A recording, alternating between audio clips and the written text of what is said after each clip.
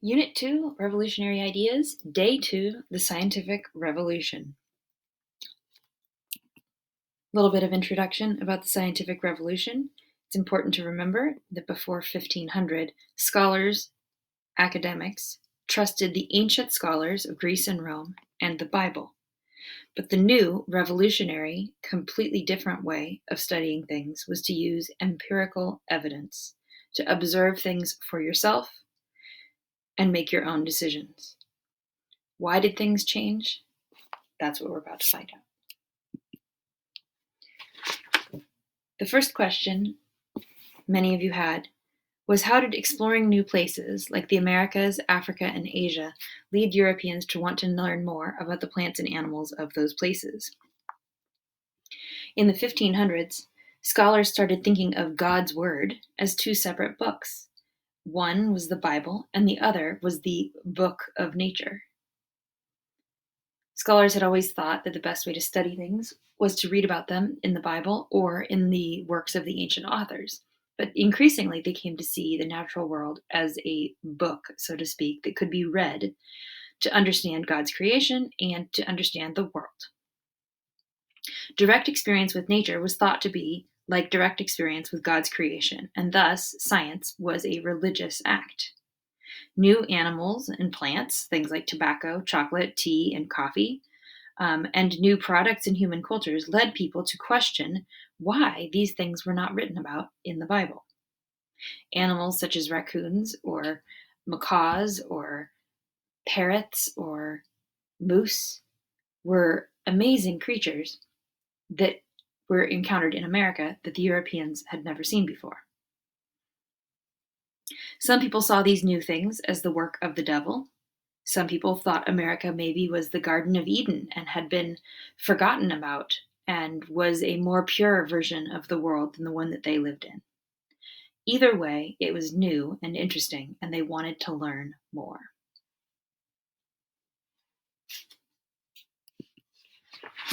Question number 2, why did Galileo upset the church, or why was the Catholic Church upset with Galileo? In 1609, Galileo used a brand new tool, the telescope. The telescope is this device here you see him looking through, and it developed alongside other lenses like eyeglasses and the spyglass that's used on ships to see things at a distance. Using his new telescope, he observed that the planet Jupiter had 4 moons, and he also, with the use of some safety filters, observed that the sun had dark spots. What this means is that, contrary to what the church had taught and traditionally believed, the Earth was not a unique planet, the only one with moons, and the sun was not 100% perfect as the church traditionally said. By 1616, after he's published his findings, everyone is upset with him, all of the religious institutions. The church tradition, among other things, was also that the earth was the center of the universe, because the earth is where God and Jesus put humans. And it's, as God's creation, would logically be at the center of the universe.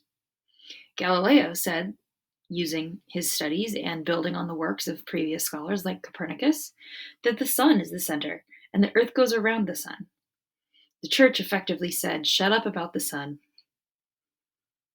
Galileo did not. He published yet another book, and in 1633, he was sent to the Inquisition. Remember the Inquisition?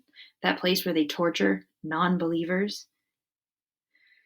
They threatened him with torture, and he agreed to, quote-unquote, confess that he was wrong, and that he had made the whole thing up, and that the earth was the center of the universe, even though it wasn't what he believed. In response, the church fathers put him under house arrest, where he stayed for nearly another 10 years, and he died in 1642.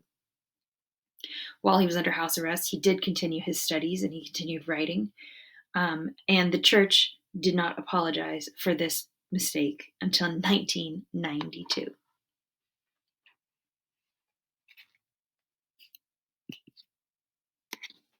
Question number 3.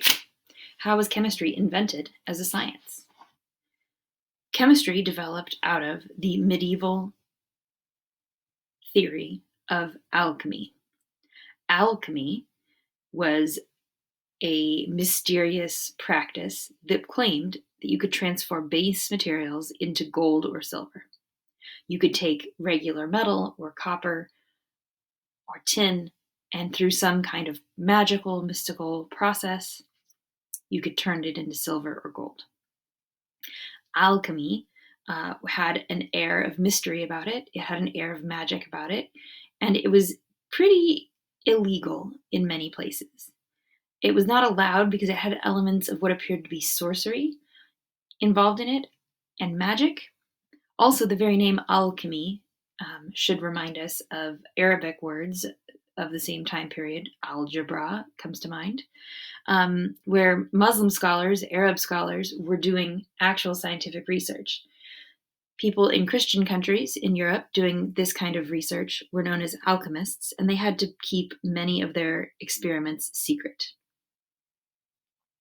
Alchemy comes into the light, so to speak, as the science of chemistry when it began using scientific method to measure, control, and keep records of experiments.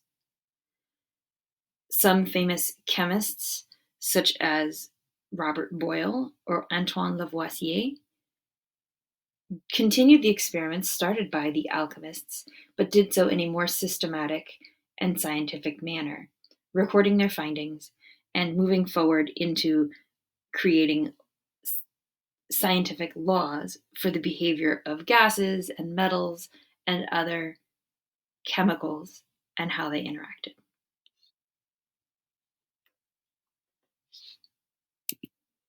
Question number 4. How did all of these new inventions in the 1500s and 1600s change empirical observations? The scientific revolution was in favor of empirical observation whenever possible, and empirical observations were improved when we added new inventions, such as the telescope, which we already saw with Galileo, or the microscope. This illustration is of a microscope from 1670, and it was capable of magnifying very small things so that you could see them. Things that you would not be able to see with the naked eye became apparent.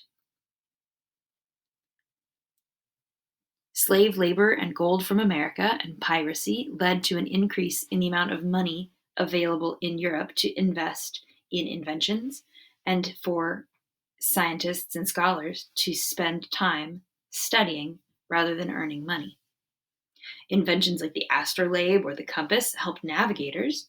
These things led to the development of field glasses, which led to the development of telescopes and microscopes. All of these things led to new empirical observations of things like microscopic life. Germs, bacteria, etc. would eventually be discovered. Empirical observations changed because of new inventions, because you could literally observe more of the world, more of the universe, both large, small, up close, and far away. The last question for today is, how did the scientific revolution affect people's health? And this is sort of a two-part thing. Part 1 is the smallpox and the plague, and how it was eradicated by scientific study. The plague had ravaged Europe many times over hundreds of years, and was finally ended by severe and very strict quarantines. Smallpox was eventually ended by a vaccine. Edward Jenner, in the late 1700s, compiled a vaccine to be injected into the person with a mild form of the virus, or with a different virus, cowpox, which is similar enough to build immunity in your body and to prevent you from getting the smallpox virus.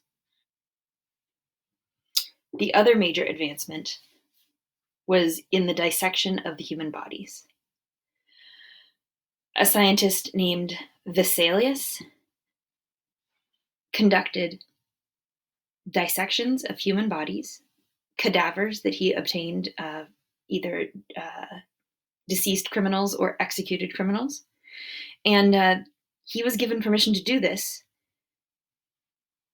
in the name of empirical study of the inside of the human body.